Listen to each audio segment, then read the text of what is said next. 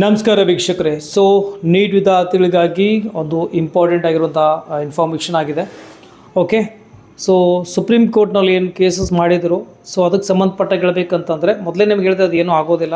Okay, ಯಾವುದೇ ರೀತಿ ತಡೆಯಿಲ್ಲ. ಈ ಒಂದು ಕೌನ್ಸಿಲಿಂಗ್ ಪ್ರಕ್ರಿಯೆ ಏನಪ್ಪ ಅಂದರೆ ಮುಂದುವರಿಸ್ಬೋದು ಅಂತ ಹೇಳಿಕೆ ಇದೆ. ಯಾವುದೇ ರೀತಿ ಸ್ಟೇ ಇಲ್ಲ.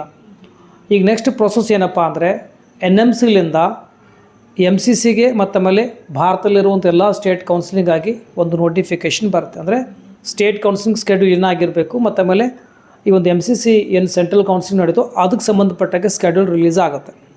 ಆಮೇಲೆ ನೆಕ್ಸ್ಟ್ ಪ್ರೊಸೆಸ್ ಏನಪ್ಪ ಅಂದರೆ NTA ವಿದಿನ್ ಎ ವೀಕ್ ಏನಂತಂದರೆ ಎಲ್ಲ ಸ್ಟೇಟ್ ಅಥಾರಿಟಿಗೆ ಪೆಂಡ್ರೈವ್ನಲ್ಲಿ ಅದರ ಒಂದು ಇನ್ಫಾರ್ಮೇಷನ್, ಆ ಸ್ಟೇಟ್ ಮಕ್ಕಳ ಒಂದು ಇನ್ಫಾರ್ಮೇಷನ್ ಯೂಸಲಿ ಕಳಿಸ್ತೇನಕ್ಕೇನು ಯಾರು ಸಂಬಂಧಪಟ್ಟಂಥ ಅಧಿಕಾರಿಗಳು ಅಲ್ಲಿ ವಿಸಿಟ್ ಮಾಡಿ ಅದನ್ನು ತೊಗೊಂಡು ಬರ್ತಾರೆ. ಅದಾದ ನಂತರ ನಮ್ಮಲ್ಲಿ ಯೂಸಲಿ ಸಾಫ್ಟ್ವೇರಲ್ಲಿ ಅದನ್ನು ಫೀಡ್ ಮಾಡ್ತಾರೆ. ಓಕೆ, ನಂತರ ನಮ್ಮಲ್ಲಿ KE ಏನಪ್ಪ ಅಂದ್ರೆ ನೋಟಿಫಿಕೇಷನ್ ಬಿಡುತ್ತೆ, ಒಂದು ಲಿಂಕ್ ಬಿಡ್ತಾರೆ.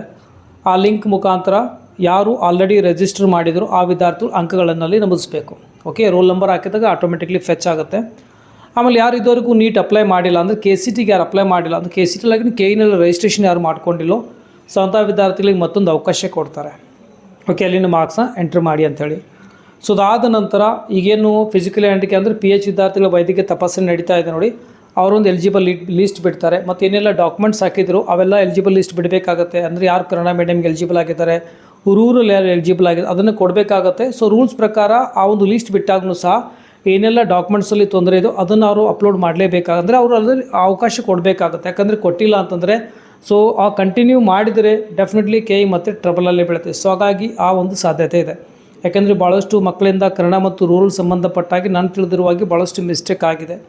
ಎಕ್ಸಾಂಪಲ್ ಹೇಳಬೇಕಂದ್ರೆ ಕನ್ನಡ ಮೀಡಿಯಮ್ ಅಂತಂದರೆ ಕೆಲವು ವಿದ್ಯಾರ್ಥಿಗಳು 2 ಇಯರ್ಸ್ ಮಾತ್ರ ಸ್ಟಡಿ ಮಾಡಿದ್ದು ಅವರು ಕನ್ನಡ ಅಂತ ಹಾಕಿ ಏನಪ್ಪ ಅಂದರೆ ಸರ್ಟಿಫಿಕೇಟ್ ಅಪ್ಲೋಡ್ ಮಾಡಿದ್ದಾರೆ.